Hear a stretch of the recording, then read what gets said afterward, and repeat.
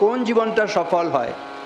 উত্তরে বলা হয়েছে, আমরা বেঁচে থাকার প্রয়োজনে মা বাবার কাছ থেকে, সমাজের কাছ থেকে, প্রকৃতির কাছ থেকে, রাষ্ট্রের কাছ থেকে যা কিছু গ্রহণ করি, বেঁচে থাকতেই যদি সেই মা বাবাকে, প্রকৃতিকে, রাষ্ট্রকে, সমাজকে তার চেয়ে বেশি ফেরত দিতে পারি, সেই জীবনটা সফল হয়। ঠিক আছে?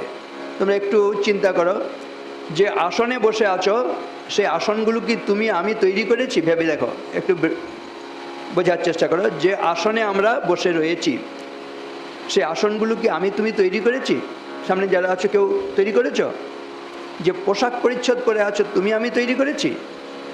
যে খাবার খেয়ে বেঁচে আছি, খাবারগুলো আমি তুমি তৈরি করেছি? যে রাস্তাঘাট ব্যবহার করে আজকে এখানে এসে সকালবেলা পৌঁছে গেছি, সেই রাস্তাঘাট আমি তুমি তৈরি করেছি? যানবাহনগুলো আমি তুমি তৈরি করেছি?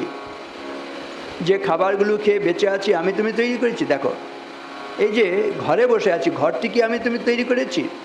সামনে যেসব আসবাবপত্র দেখতে পাচ্ছি, এই যুব সম্মেলন পরিচালনা করার জন্য আমরা দেখছি মাইক, এখানে ঘরের ভেতর লাইট, ফ্যান, এখানে সঙ্গীত পরিবেশনের জন্য হারমোনিয়াম, তবলা, চোখের সামনে যেগুলো দেখছি, প্রতি মুহূর্তে সেগুলো আমাদের প্রয়োজন হচ্ছে। কোনটা আমি তুমি তৈরি করেছি? দেখো, একটাও না, তাই না?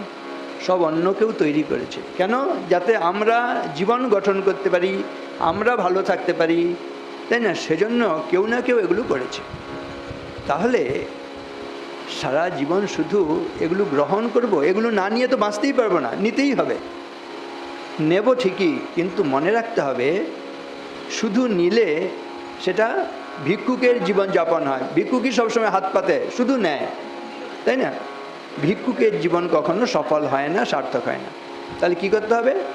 এমন জীবন গঠন করতে হবে যে আমি শুধু নেব না, যতটা নেব তার চাইতে বেশি ফেরত দিতে পারবো। এজন্য আমাদের সত্যিকারের মানুষ হতে হবে।